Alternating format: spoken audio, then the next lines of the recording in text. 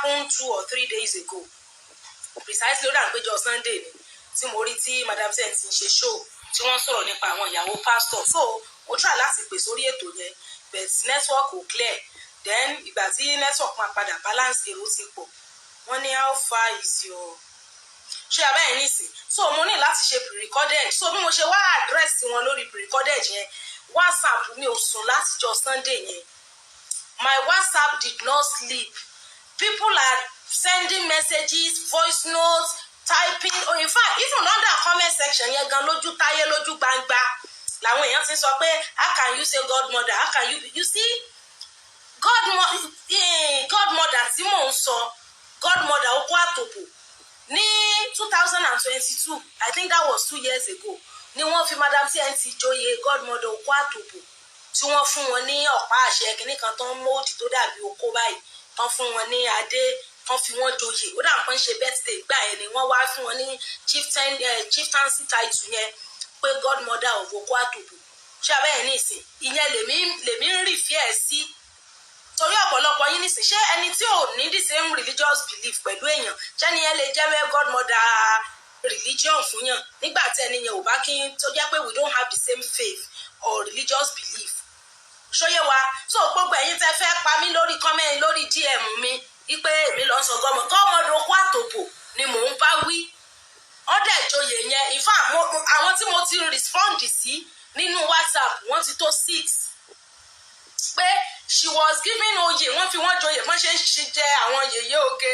yèyé mẹ́ṣọ́ yèyé lọ́jà yèyé ìgbáyèyà wọ́n fi wọ́n jẹ oyè godmother okó àtòbò ṣóyà báyìí ní ìsìn mo rí fídíò yẹn níjọ́ tán fi wọ́n joyè yẹn it was like 2 years ago so that is the godmother I was referring to not godmother of religion or religious or faith or anything torí ẹ̀ jẹ́ ìsinmi ara nísìn fine kò sẹ́ni tó pé tán èmi ò sọ wípé bóyá èèyàn kan àgbàmọ̀jẹ́ tí wọn majority àwa tá à ń sọ̀rọ̀ lórí afẹ́fẹ́ àríra wa rí lójú ayé ṣáàbáyé ní ìsìn mi tá a bá rí lórí screen náà láà fi sọ̀rọ̀ so ní godmother tẹ́mi ń rí fẹ́ẹ̀ sí lórí pre-recorded tí mo ṣe ẹlòmíì tí ẹ̀ ní kí n lọ rèé delete message yẹn ẹlòmíì ní kí n edit ibi tí mo ti pe title yẹn kúrò báwo ni màá ṣe edit iṣẹ́ almost 19 minutes kéèyàn tó jókòó ṣe pre-recorded video 19 minutes 2 minutes video tó ṣe gan ìwọ lọ́mọ iye preparation tó ti ṣe kan tó ṣe ṣàbáyé ní ìsìn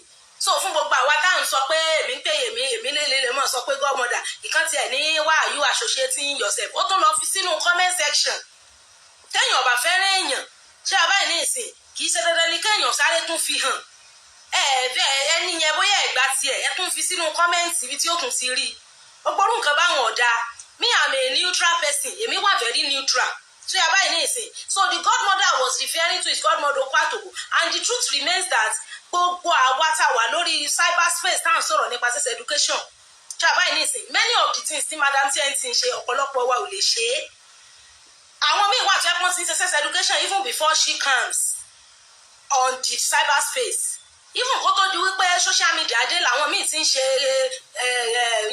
teaching nípa sex education but àwọn tán fi wọ́n joyè yẹn náà ní ọmọ tí wọ́n rí probably ó lè jẹ́ gbogbo àwọn nǹkan yẹn náà rí tán fi wọ́n jẹ godmother okó àtòbò yẹn godmother yẹn lèmi rí fíẹ̀ sí lórí pre-recorded tí mo ṣe abáyé ní ìsìn fún gbogbo ẹ̀yin tẹ́ ẹ̀ jẹ́ kí n sinmi pé kí lèmi lọ bẹ̀ sí kí lèmi wá dé bẹ̀ sí a mọ̀ ṣe wípé tí wọ́n fẹ́ ṣe a mọ̀ ṣe pé mo ní wọn ó ṣe ni ṣé bí mo ní wọ́n mọ̀ gbòmìnir fún pásítọ̀ náà mo sọ dà bẹ́ẹ̀ normal gan ntẹ̀yàn bá ń ṣe lórí platform ẹ̀ kò sí tọ́kàn èèyàn mí bẹ́ẹ̀ but as much as she welcome everybody to express their mind so we were having the discussion on a neutral ground ọ̀pọ̀lọpọ̀ àwa tá à ń sọ̀rọ̀ sex education many of us theoretical knowledge la ní theory ẹlòmíì ò ní practical experience ẹlòmíì ìdẹ̀lélẹ̀ kan gamble ni ntẹ́lòmíì gbọ́nbì kan ló náà moderate tó fi ń ṣe presentation bẹ́ẹ̀ nígbà tẹ́ bá ń sọ̀rọ̀ nípa knowledge tẹ́ ń sọ̀rọ̀ nípa presentation tẹ́ ń sọ̀rọ̀ nípa practical knowledge as well she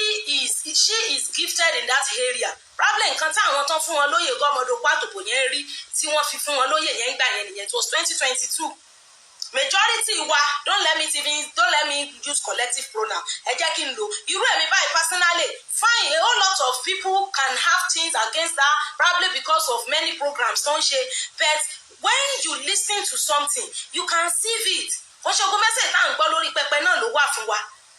ṣé ẹ báyìí ní ìsìn mo ti wà ní ṣọ́ọ̀ṣì rí tí pásítọ̀ kan ní àwọn tó kàwé tán ríṣẹ́ ni àwọn tó jẹ́ pé wọ́n san ìdámẹ́wàá nínú school fees wọn gbà kan wà ní school. ẹ dákun ṣé téèyàn ò bá jẹ́yàn tó bá máa ń sífù mẹ́sẹ̀gì ṣé èèyàn lè digest irú mẹ́sẹ̀gì sínú ọkàn rẹ̀. so tó bá ń gbọ́ nǹkan téèyàn kan sọ wàá jọ ni wàá jọ bí bàtà èèyàn bá ń jọ èlùbọ́ wàá jọ wàá síìfẹ̀. many of the things táwọn èèyàn ń gbọ́ lórí platform wọn wọ́n sì lẹ́tẹ̀ẹ́ tó wù wọ́n bẹ́ẹ̀ wọ́n trash yòókù off ni. ṣé yàrá báyìí sìn majority àwọn tí wọ́n sọ̀rọ̀ nípa Okun Àtòpò they are learning from her, they are getting one or two information. wọ́n kàn wá lè sí ìfẹ́ ó lè lójú nǹkan tí ẹlòmíì lè sọ táwọn lè sọ tẹ́lòmíì ò ní lè sọ. ni wọ́n ṣe fi wọ́n jẹ godmother Okun Àtòpò ńgbà yẹn ìtẹ̀mí ìrógbogbo mo fi pé bóyá that is the reason. ṣé yàrá báyìí nìsín many of us tá à ń sọ̀rọ̀ yìí ní practical experience ẹlòmíì òdòkórí ẹlòmíì virgin tí sì ń sọ̀rọ̀ Okun Àtòpò. tó ṣe wípé n tó bá gbọ́ lórí pláfọ́ọ̀mù madam TNT yẹn ní ó rọra edit tí ó extract tí ó yàyọ kúrò tí ó ṣàtúnṣe tí ó wà bí ó ṣe add àwọn one or two things tó fi ṣe presentation. ẹlòmíì wà tó ṣe wípé kò kàwé tí ò lọ school tí ò gbẹ ẹ̀yìn school kọjá tó dẹ̀ tún máa lórí platform yẹn náà tó máa lọ lẹ́ẹ̀bẹ̀ bẹ́ẹ̀ nígbà tí ẹ bá ń sọ̀rọ̀ nípa practical experience knowledge ideology presentation and some other things ọlọ́mọ̀mọ́ ìkúìpù ìyá yẹn ni. so me calling her godmother I don't mean spiritual godmother of ṣẹ́ni tí ò kí ń ṣe Christian. èmi ò tiẹ̀ believe in godmotherism when it comes to religion. sincerely all this godmother godfather èmi ò believe in bẹ́ẹ̀. you can have father in the Lord mother in the Lord but all this godfatherism mi like any religion. so godmother tí mo rí fear sí is godmother Okun Àtòpò and madam TNT remains the godmother of Okun Àtòpò till tomorrow because many of the things don sọ majority wa ò lè sọ. sex education has been even before kí social media tó dé ẹ ṣe sex education fáwọn ọmọ.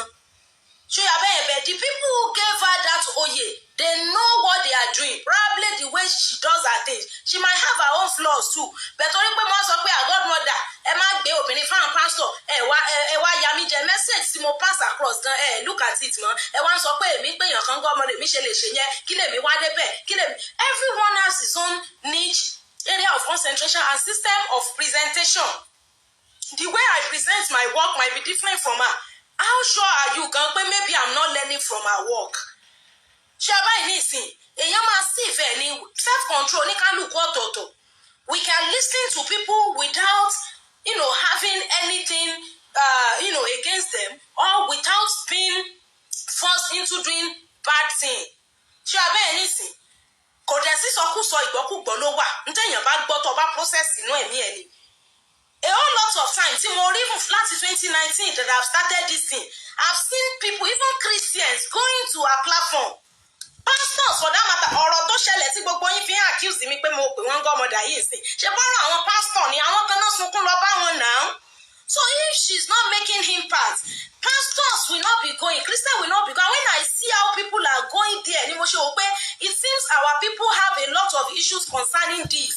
So I have to intensify my own studies and to make sure that I get facts. Shoyewa, she's a nurse, and every medical people, every medical person is a scientist.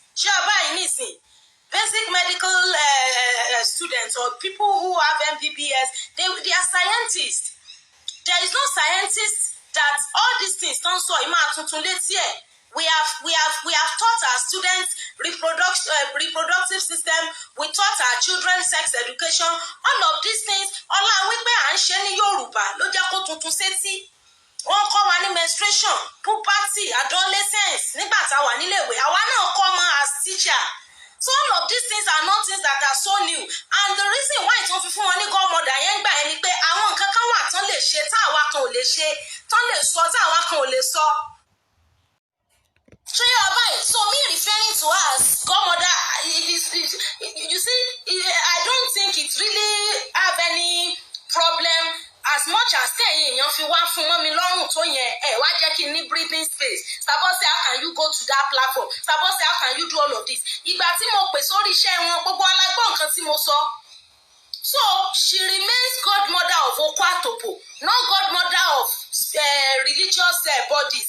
She's not a Muslim, she's not a Christian, she's a traditionist.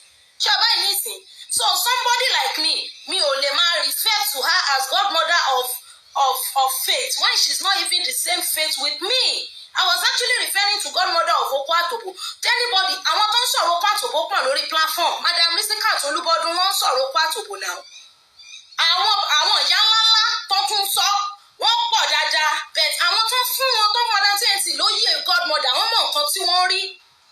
As far as I'm concerned, ìgbà tí wọ́n ṣe palliative fún àwọn èèyàn nígbà ààwẹ̀, mo rí tán kọ godmother sára oúnjẹ tán pín, capital letter God náà kọ. I have to go to my platform and go and send an update. But when you are referring to an individual, you don't use capital G for God, you use small g. Lè kọ godmother kẹwàá kọ capital gàdàgbà kó wá jẹ́ God, small letter God ló máa jẹ́. These are the things for us to be able to know that it's not as if you see two people, the fact that you don't share the same ideology does not mean you cannot talk together and relate together. So ẹ jẹ́ kí n ní breathing space. Godmother Okwatopo anybody bá bẹ̀rẹ̀ irú àwọn sex education tá à ń ṣe ìyọ́lá apá ń ṣe Yorùbá lójú tuntun sí tí ẹ̀yìn gbogbo tá à ń sọ ìkòsí tó tuntun ń bẹ̀ àìmọye ọmọ tá a ti kọ́ tí wọ́n sì uphold the moral till today. Jábáyé ní ìsìn but all of these things tẹ́lómi ìbájí lọ́la tó náà bẹ̀rẹ̀ ẹ̀kọ́ yìí Madam TNT remains the godmother. Àìmọye nǹkan tán lè sọ tèmi ò lè sọ, àìmọye program tán ti ṣe tèmi ò lè ṣe irú program yẹn. How sure are you gan pé kí ìsọdọ̀ wọn gan mo ti gather one or two things tó jẹ́ bí a kind of foundation for me to mold on for this teaching? How sure are you? Do you know me in person? Do you know if I even have practical knowledge or experience of all of these things? Mo sọ fún wa mo ní mi ò kí ń ṣe counselor. I am not me study education o. I'm a scientist even up to PhD level mi ò ṣe education science ni mo ṣe. Ṣé ọba yìí nísìn? Everything tí mo ń ṣe yìí oore ọ̀fẹ́ Ọlọ́run ẹ̀bùn ni Ọlọ́run ló fún mi. So when it comes to theory, I have always paid for and I attend counseling with professionals. And even those who are counselors that they have certificates in guiding and counseling. I have a friend of mine, in fact, she started her PhD before me. If you want counselor, I can refer you to those who are certified. But nígbà tí Ọlọ́run bá fún yàn ní grace, when it comes to learning, when it comes to reading, èmi náà mọ̀ pé mi gbọ́dọ̀ gbéraga ni. God has given me grace. But I can't call myself what I'm not. I am not a study guiding and counseling. And we cannot rule out the position of the spiritual. Lábẹ́ àwọn ẹ̀bùn ẹ̀mí, word of knowledge, word of wisdom wà bẹ́ẹ̀. Kéèyàn lè present ọ̀rọ̀ presentation. Ẹ̀bùn ni ẹlòmíì ẹ̀ràn tíṣà míì gan tó yẹ pé wọ́n ṣe education. Tó bá ṣàlàyé iṣẹ́ ó lè mọ̀ yí ọmọ. Oríṣiríṣi tíṣà ló ní different methodology láti present iṣẹ́ fún ọmọ.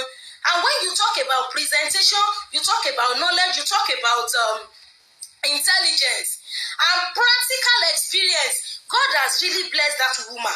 So let us put her in her position. Nígbà tí èèyàn bá ṣàpọ́nlé irú àwọn èèyàn bẹ́ẹ̀ yẹn, ẹ má mọ̀ rò pé bóyá ni àti wọ́n ti jọ ní cordial relationship àwọn ti ní cordiality.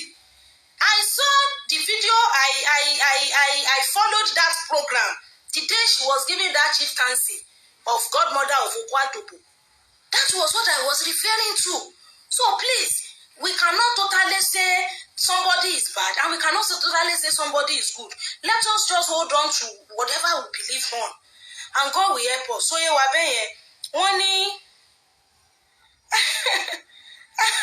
Daddy Adepoju.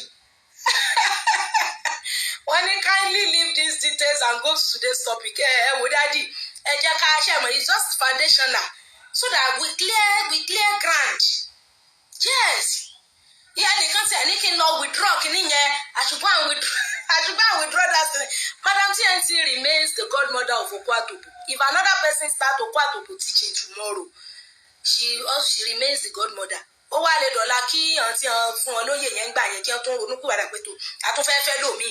But afẹ́ni tó bá fẹ́ parọ́ lórí cyberspace, God has helped her. She might have her own flaws. I don't know. I've not met her before. Trial newspapers yẹn ní àwọn ọbọ káwá ṣàwọdù tí wọ́n kọ náà send the list èèyàn tí wọ́n fẹ́ pè mo rókọ wọn bẹ̀ mo tẹ̀ sí wò pé àwọn bóyá tí wọn bá wá bóyá ń ti ẹ̀rí láyé it is well mi tí mo bóyá wà àbọ̀ ní wa. I've never met her before. I've not seen her. So please let us maintain peace. Show you why. She's a traditionalist. Me, I'm not a traditionalist. So you cannot expect that myself and her, we are now cordial, we are close. Only cyberspace la wa. So we don't know who is who.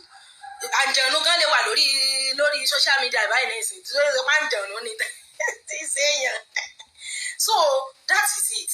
Godmother Okwatobo ni mo bá wí. Godmother Okwatobo ni mo bá wí because ọ̀pọ̀lọpọ̀ wa Fiori là ń ká jáde mo sọ pé ṣé rí bẹ́ẹ̀ ṣe ń wò mí ṣé ẹ ráṣọ tí mo wọ̀ yìí this clothes that I'm wearing yìí nìsín àwọn tó bá ń wò mí lórí Facebook báyìí ẹ̀rí wípé aṣọ yìí pink ni pink tẹ́ bá wá wò mí lórí TikTok tó ní mo wà lórí TikTok náà báyìí nìsín ó rọra dàbí light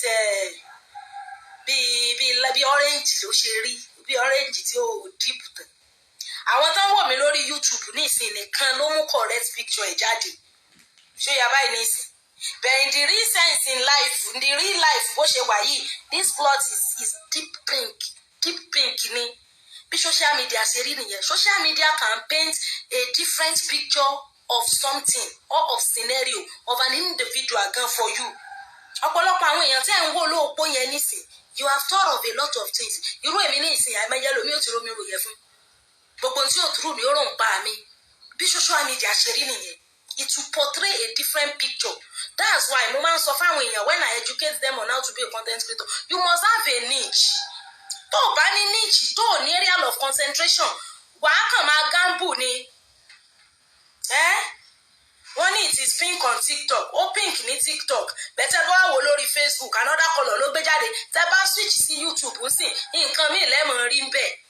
But in the real sense of it now pink ẹ̀ gan ó tún deep dáadáa ní real life ìgbà kan wà táwọn èèyàn kan accuse mi pé àmọ́ tí ń pupa o ara mi ń pupa screen ló sọ mí di pupa I was with my prof yesterday èèyàn kan tí mo bá lọ́fíìsì prof òun sọ fún mi pé àbọ̀sẹ̀ ẹ ti dúdú ẹsẹ̀ ti wá dúdú sí báyìí ẹ dúdú o lẹ́mìí táwọn èèyàn sọ ló fún mi lórí screen pé mo ti ń pupa that is social media tó ẹ tó ọ̀bá rírí lójú ayé tó ọ̀bá ṣe rí títí pé ó ṣe orí in person don't allow social media to paint a picture for you you might just be making mistake do you understand? So I'm not withdrawing that word that godmother is I'm referring to Okwatobo because if not fine it might look as if our work is identical but it is not the same thing it is not the same thing jẹ́jẹ́ wọn náà stage show wọn èmi ni mo pè sórí ẹ̀ tí mo ní ẹ má gbóbìnrin fáwọn èèyàn tí wọ́n láwọn ń wá obìnrin yìí let us solve the problem from the root so please that is it no wahala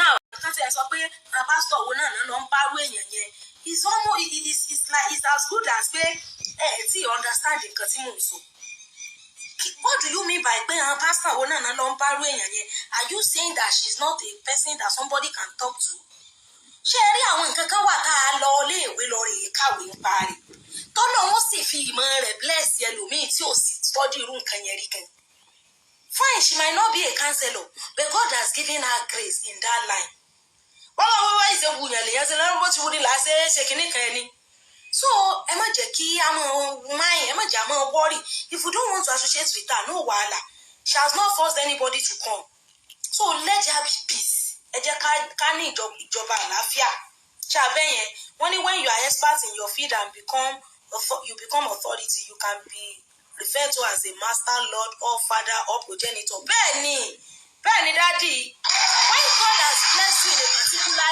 area you can be referred to as master as lord àwọn my lord inú kóòtù tí wọ́n pè my lord a máa ṣe lord tọlọ́run ni that is a master somebody that God has blessed sentiment apart there was a time tí àwọn kan tó ń drag wọn tó ń bá wọn jà ń gbà yẹn I was telling a friend of mine monito èmi ò lè pẹ̀lú àwọn tí wọ́n bá fẹ́ fẹnu bà àǹtí yẹn jẹ́ to be sincere because fine she might have her own flaws but God has used her how sure are we pé she's not the one that launched many of us into even this our sense and moral talks of a thing okay pé bóníkálùkù á ṣe ó depend on your faith táwọn Muslim friends wa bá fẹ́ sọ̀rọ̀, the way they talk is different from we Christians, you know, the traditionists.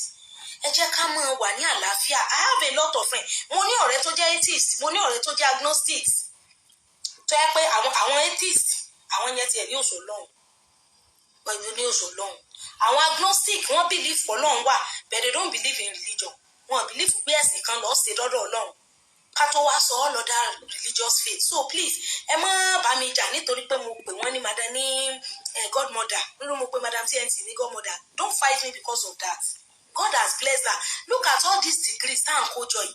Àwọn professors, àwọn emeritus jẹ́ pé tó bá dé báyìí gbogbo wa on our feet ni. Tó bá, let's say even kó wà ní ọ́fíìsì èèyàn, where the person is a doctor. Tóun náà bóyá ọ̀la ló máa di prof. Bóyá ẹ ń sọ̀rọ̀. If a professor comes in, all of you will be on your feet to honor him. Orí ìnáró yín lẹ máa wà títí tán fi máa ṣe tán wá ṣe tán. Àfi tán bá ní kẹ́ ẹ jókòó. Àwọn prof mi gan wà wọ́n ní no, you can sit down or ní sit because of honor pé God has blessed them in the area of academics. That thing is automatic. It is inbuilt in us. When we see our prof, everybody orí ọ̀rọ̀ la máa wà. Ṣé tí prof yẹn bá wá jẹ́ babaláwo, tí prof yẹn bá jẹ́ traditionist, tá àwa sì jẹ́ Muslim àbí Christian, ṣáwa sọ pé bá a ṣe dìde in honor of him yẹn, we have become babaláwo like him. We are honoring him for the academic success. Olúnlá, thank you for the rose. À ń honor wọn fún academic success. Àti pé bá a ṣe ń bù mu nínú omi ọgbọ́n wọn, nínú omi ìmọ̀ wọn. Ṣé abáyé ní ìsìn? That is it. Ó dẹ̀ ṣe máa wà ní all other field náà nìyẹn. Ẹ wà àwọn force náà, àwọn sójà, àwọn ọlọ́pàá. Tí superior bá dé, you respect him. Kò mí pé bóyá o ti agree, o ti approve ideology. Point dáadáa dé pọ̀jù yẹn ni mo ń buttress o pé when you are gifted in an area, you become a lord in it. Small letter L-O-R-D. So please, ẹ má crucify mi nítorí pé mo pè wọ́n ní godmother. She was given that oyè. In fact, mo reply èèyàn kan gan, mo ní oyè tán fi wọ́n jẹ. Mr. Solomon, thank you for the handout. Ẹni nígbà wo nìyẹn? Gbà ó ló fi joyè godmother. Nígbà mo ní wọ́n joyè yìí, ṣé bí mo rí fídíò yẹn? It was 2022. Bí wọ́n fi wọ́n joyè godmother kó àtòbò náà. Wọ́n fi wọ́n jà. Àwọn òróyè yẹn ń tà wọ́n. Ẹ má jà mọ́ wà hot bẹ́ẹ̀ yẹn on ourselves. We are not saying yes and we are not saying no to our system of doing our thing. But let us be at peace. Ṣé abẹ́ yẹn? So bó ṣe jẹ́ nìyẹn.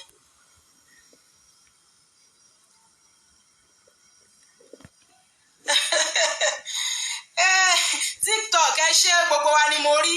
So àti clear yẹn. Mo dẹ̀ ti make ara mi clear. Mo lè mi gan mo máa attend the counseling section. Ṣàbáyé ní ìsìn. There was a write-up tí mo put up bódà nǹkan last week ni pé I myself have always paid for and attend counseling session. Fún àwọn oníwèé kan tí mo ń kọ lọ́wọ́ pẹ̀lú àwọn tó jẹ́ professional, àwọn nurses and doctors. Ṣàbáyé ní ìsìn. Lájọ fẹ́ kó ọ̀tọ̀ òwe yẹn because since me I'm in academics, so ká kọ̀wé. It has been part and parcel of me. Ṣàbáyé ní ìsìn. So we complement one another to make sure that everybody is informed. Tá bá wà informed nípa nǹkan, we will be deformed.